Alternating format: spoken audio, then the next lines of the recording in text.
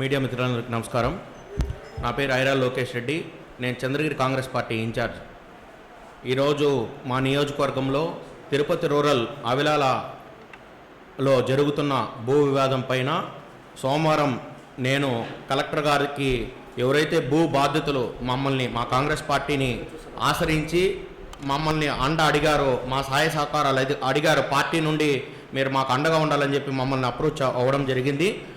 ఆ క్రమంలో బాధ్యతలు తీసుకొని సోమవారము కలెక్టర్ గారి దగ్గరికి నేను కలవడానికి వెళ్ళిన సందర్భంలో నన్ను లోపలికి అనుమతించకుండా దారిలోనే గేట్ దగ్గరే అడ్డుకొని నన్ను పోలీస్ స్టేషన్కి వాగ్వాదం నేనే పెట్టుకున్నట్టు వాళ్ళు చిత్రీకరించి నన్ను అడ్డుకొని పోలీస్ స్టేషన్కి తీసుకొని పోయింది మీ అందరికి తెలిసిన విషయమే. అయితే రెవెన్యూ మినిస్టర్ గారు, స్థానిక ఎమ్మెల్యే గారు, ఇక్కడున్న తెలుగుదేశం పార్టీ నాయకులు ఏదైతే అవాస్తవాలు ఇక్కడ తిరుపతిలో భూములు కబ్జా చేయలేదు, ఈ ప్రభుత్వం వచ్చిన తర్వాత భూములు కబ్జా జరగలేదు అని ఏదైతే చిలక పలుకులు పలుకుతున్నారో వీళ్ళందరికీ నేను ఒక సాక్షిని. భూములు కబ్జా అవుతున్నాయి తిరుపతిలో, ఈ ప్రభుత్వం వచ్చిన తర్వాత భూములు కబ్జా జరుగుతోంది, నేను బాధ్యుణ్ణి. నా భూమి సర్వే నంబర్ 1 కొరమైన గుంటలో 20 అంకణాల భూమి నా పేరు మీద రిజిస్టర్ అయ్యింది వీళ్ళ ప్రభుత్వం వచ్చిన తర్వాత. నా భూమిలో ఈ తెలుగుదేశం పార్టీ నాయకులు బిల్డింగ్ కట్టించలేదా నిలబడుకొని? వీళ్ళు కట్టించిన తర్వాత నేను కోర్టుకు పోయాను. మున్సిపల్ కమిషనర్ గారు కంప్లైంట్ చేయడం జరిగింది, కలెక్టర్ గారు కంప్లైంట్ జరిగింది, స్పందనలో ముఖ్యమంత్రి గారికి వినతి పత్రం ఇవ్వడం జరిగింది, ఆర్డీఓ గారికి వినతి పత్రం ఇవ్వడం జరిగింది. ప్రతి ఒక్కటి నా దగ్గర ఆధారాలు ఉన్నాయి.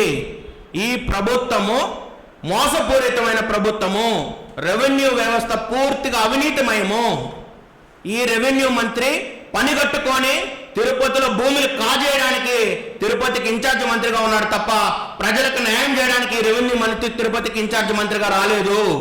కాంగ్రెస్ పార్టీ తరఫున మేము ఒకటే అప్పీల్ చేస్తున్నాం, మీకు దమ్ము ధైర్యం ఉంటే చంద్రగిరి భూమిలో అవిలాలలో అక్రమాలు జరగలేదు, మీ ఇద్దరు ఇన్వాల్వ్మెంట్ లేదు అంటే కాంగ్రెస్ పార్టీ తరఫున సవాల్ చేస్తున్నాం.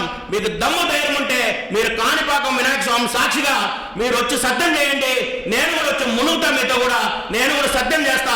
మీ ఇద్దరు అవినీతి చేయలేదు, మేము డబ్బు తీసుకోలేదు, మేము అమ్ముడు పోలేదు, మేము మోసం చేయలేదు వాళ్ళకి అని మీరు సత్యం చేయండి. నేను కూడా సత్యం చేస్తా. అదేవిధంగా ఈ ప్రభుత్వం వచ్చిన తర్వాత నాకు రిజిస్ట్రేషన్ జరిగింది 2025లో. 2025లో ఎప్పుడు జరిగింది? నాకు 19వ తారీఖు జరిగింది. 19వ తారీఖు మే నెలలో నాకు భూమి రిజిస్ట్రేషన్ నేను చేసుకున్నా.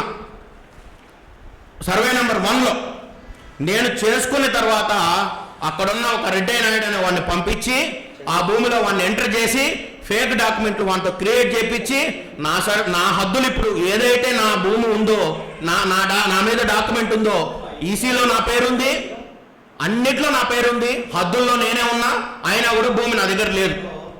భూమిలో నేను లేను. ఏమంటే కోర్టుకు పోమని. కోర్టుకు పోయేది మాకు తెలియదు. మీరు మోసాలు చేసి మమ్మల్ని కోర్టుకు పోమనడం ఏంటి? ప్రజల్ని మీరు సక్రమంగా పనిచేయండి, నీతిగా పనిచేయండి. అదే పని కట్టుకొని నువ్వు తిరుపతికి ఇన్ఛార్జ్ మంత్రికి వచ్చి ఇక్కడ చేసే ఘనకార్యాలు ఇవే. నువ్వు మోసం చేయడమా? ప్రజల్ని, పేద ప్రజల్ని హింసించడమా? తిరుపతిలో భూమి కొనాలంటే గజ గజ గజాన్ని వణికిపోతున్నారు ఈరోజు ప్రజలు. తెలుగుదేశం ప్రభుత్వము వచ్చిన తర్వాత తిరుపతిలో భూమి కొనాలంటే ప్రజలు వణికిపోయే పరిస్థితికి మీరు తీసుకొచ్చారు. వాళ్ళ మీద వైసీపీ వాళ్ళ మీద పెడతారు. సిగ్గులేదా మీకు? సిగ్గులేదా మీకు? రాండి, మీరు బహిరంగ చర్చకి రాండి. నా దగ్గర ఆధారాలు ఉన్నాయి. కలెక్టర్కి ఇచ్చిన, ముఖ్యమంత్రికి ఇచ్చిన, ఆర్డీఓకి ఇచ్చిన, ఎంఆర్ఓకి ఇచ్చిన. ఈ తిరుపతి అర్బన్లో ఒక ఎంఆర్ఓ ఉన్నాడు, దొంగ. పని చేయడు, ఆఫీస్లో ఉండడు, ప్రజలకు పలకడు, సర్వేలు చేయరు, పని చేయరు, లంచాలమయం పూర్తిగా రెవెన్యూ డిపార్ట్మెంటు. ఏం నడుస్తుంది తిరుపతిలో? ఈరోజు మేము సంకలు గుర్తుకుంటున్నాడు. మీకు దమ్ము ఉంటే మీరు ఎందుకు ప్రెస్ మీట్ పెట్టలేదు? ఇద్దరు కలిసి ఎందుకు మీరు ఎవరో ఎంఆర్ఓ ట్రాన్స్ఫర్ అయిన ఒక ఎంఆర్ఓ, రూరల్ ఎంఆర్ఓ ట్రాన్స్ఫర్ అయిపోయాడు. ట్రాన్స్ఫర్ చేశారు మీరు, ప్రమోషన్ ఇచ్చి, స్కామ్ చేయించి, ఏళ్ళు ముద్రం పెట్టి, డాక్యుమెంట్ క్యాన్సిల్ చేయించి. నా విషయం కూడా చెప్పండి, నేను కూడా బాధ్యనే కదా. రాండి, మీకు దమ్ముంటే, ధైర్యం ఉంటే రాండి, నేను కాణిపాకానికి వస్తాను, నేను నీళ్ళ మునుగుతా కోనేట్లో, సత్యం చేద్దాం. బహిరంగ క్షమాపణ మీ కాళ్ళు పట్టుకొని చెప్తా. మీరు కానీ కాణిపాకానికి వచ్చి సత్యం చేస్తే మీ కాళ్ళు పట్టుకొని నేను క్షమాపణ చెప్తాను. మీకు ధైర్యం ఉంటే రాండి, దమ్ముంటే రాండి. ఇద్దరు ఎమ్మెల్యే గారు, మంత్రి గారు, మేము అవిలాల భూమిలో అక్రమాలు చేయలేదు, మేము దానికి అవినీతికి పాల్పడలేదు, మేము దొంగ పని చేయలేదు అని మీకు దమ్ము ధైర్యం ఉంటే రాండి. నాకు ఎవరు న్యాయం చేస్తారు? నా భూమి కబ్జా అయింది, నేను కూడా బాధ్యున్నే. తిరిగి అలసిపోయాను నేను. ఒక ఇన్ఛార్జ్గా ఆర్డీఓ గారికి నా వెళ్ళబోసుకున్నా నా గోడు. అన్నా స్పందనలో పోయా, ఆర్డీఓ గారు తప్పు చేస్తున్నారు మీరు, మాకు ప్రెజర్. ఎవరయ్యా నువ్వు? ప్రెజర్ అయితే ఏం ప్రెజర్ అయ్యా మీకు? మీ డ్యూటీ మీకు చేయడానికి ఏం ప్రెజరు? సిగ్గులే మీకు ఆ మాట చెప్పడానికి? రెవెన్యూ అధికారులకి ప్రెజర్ అంట. ప్రెజరు ఎక్కడికి పోవాలి జనాలు? ప్రజలు ఎక్కడికి పోవాలి? ఎవరికి చెప్పుకోవాలి? ముఖ్యమంత్రి గారికి వినతి పత్రం ఇచ్చా నేను. సీఎం గారు, ఈ విధంగా నేను కాన్స్టిట్యున్సీ ఇన్ఛార్జ్ చంద్రగిరి, మీరు పుట్టి పెరిగిన నియోజకవర్గానికి కాంగ్రెస్ పార్టీకి ఇన్ఛార్జిని అయ్యా, మీరు కూడా మా కాంగ్రెస్ పార్టీ వల్లే ముఖ్యమంత్రి అయినారు. మీరు మా పార్టీ మీకు టికెట్ ఇచ్చింది, యువజన కాంగ్రెస్ పార్టీ అధ్యక్షుడు ఇచ్చింది. నేను ఈరోజు నా భూమి కబ్జా గురైంది, నేను బాధ్యుల్ని అంటే కలెక్టర్కి ఎండాస్ చేసినాడు. 90 రోజులు నిద్రపోయినాడు కలెక్టర్ మంచోడే, ఎస్పీ మంచోడే, కానీ వీళ్ళు పని చేయలేరు. వాళ్ళకి పని చేయాలని ఉంటుంది వాళ్ళకి, అధికారులకి. ఈ అధికారులకు పని చేయాలని ఉన్నా, మంచి చేయాలన్నా ప్రజలకి వీళ్ళు చేయలేరు. స్పందన ఎందుకు పెడుతున్నారండి మీరు? ఎవరి కోసం పెడుతున్నారు? స్పందనలో అర్జీలు తీసుకుంటున్నారు. ఎంఆర్ఓ ఆఫీస్లోనో ఆర్డీఓ ఆఫీస్లోనో కింద స్థాయి అధికారులు పని చేయకపోతే కలెక్టర్ గారు స్పందన పెడతాడు. కలెక్టర్ గారికి బాధ్యతలు వచ్చి జిల్లాలో ఉన్న అందరూ ఆటోలు ఉండవు, ట్రాన్స్పోర్ట్ ఉండదు, పేద ప్రజలు ఉంటారు, హరిజనులు, గిరిజనులు, అన్ని కులాలకు సంబంధించిన పేద ప్రజలందరూ కూడా కలెక్టరేట్కి వస్తారు. కనీసం ఆ నీళ్లు తాగేదానికి ఆటో కూడా పోయేదానికి ఉండదు వసతి.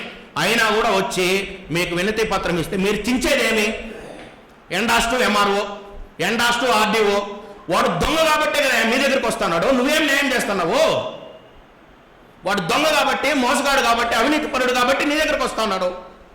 నువ్వు దాన్ని సమస్య పరిష్కరించకుండా వాడికి తెలియకనే వాడిని ఫోటో తీసుకోవడం, ఎండార్స్మెంట్ వానికి మెసేజ్ పంపించడం. మీరు పీజీఆర్ఎస్లో వచ్చిన సమస్యల్ని ఎన్ని పరిష్కరించారు? ఎంతమంది బాధ్యతలకు న్యాయం చేశారు? మీకు చెప్పే దమ్ము ఉందా మీ ప్రభుత్వానికి? వైసీపీ వాళ్ళకి కొత్తాం, వాళ్ళు ఇంకా పెద్ద గజ దొంగలు, ఉన్న భూములు మొత్తం కొట్టేసినారు వాళ్ళు కూడా. ఇప్పుడు ఎవడు నోరు ఎత్తడంలే కాన్స్టిట్యున్సీలో. అందరూ పోయి బెంగళూరులో దాక్కుని తిరుగుతున్నారు. మా కాన్స్టిట్యున్సీలో 1,00,000 ఓట్లు వేయించుకున్నారు. మోహిత్ రెడ్డి ఎక్కడ పోయినావు? సిగ్గులే నీకు? ముసలోళ్ళు 80 ఏళ్ళు బోర్మని ఏడుస్తున్నారు వచ్చి. కాంగ్రెస్ పార్టీ బలం తక్కువ, బలాన్ని తెచ్చుకొని ఈరోజు బాధ్యతల వైపు నిలబడ్డాం మేము.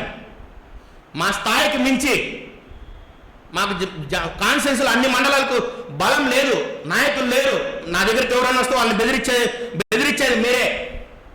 పోయి దాంట్లో పోయి వేరే వాడికి అవకాశము, వాడు పని చేసుకుంటాడు. వేల కోట్ల రూపాయల నియోజకవర్గంలో భూములు నువ్వు దోచుకున్నావు కాబట్టి, దాచుకున్నావు కాబట్టి ఈరోజు ప్రజలకు నువ్వు అందుబాటులో లేకుండా, మీడియాకు అందుబాటులో లేకుండా దొంగలాగా తప్పించుకొని తిరుగుతున్నావు. మోహిత్ రెడ్డి, నేను చెవిరెట్టిని ఒకటే ప్రశ్నిస్తాను, ఎక్కడ పోయినావా నువ్వు? పొల్లన్నావు కదా. ఈరోజు 80 ఏళ్ళు మా రెడ్డి కమ్యూనిటీ వాళ్ళు, మా కమ్యూనిటీ. నువ్వు రెడ్డి కాదా? నువ్వు రెడ్డి? అందరూ చెప్తావే, ఫోన్ చేశానా? మనము నష్టం చేసుకుంటే ఎట్లానే పలుకుతావే చిలక పలుకులు. ఇప్పుడు ఏమైపోయింది నీ ప్రతాపము? ఏడపోయినావు? ఏడదానుకున్నావు? రా, నీకు దమ్ముంటే రా, వచ్చి నిలబడు, కొట్లాడు. వాళ్ళ భూమి వాళ్ళకి తీసి. వేల కోట్ల రూపాయల భూములు నువ్వు కూడా దోచుకున్నావు కాబట్టి ఈరోజు తాంకొని తిరుగుతున్నావు ఆయనకు భయపడి.